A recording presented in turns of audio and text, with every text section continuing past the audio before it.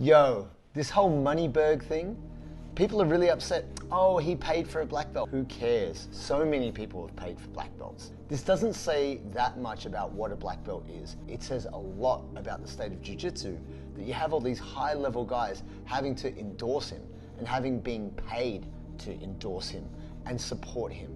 You know what's great about jiu-jitsu? You gotta prove it. You got a great guard? Prove it. You can do takedowns? Prove it. This guy's a black belt? Let him defend himself. Show us.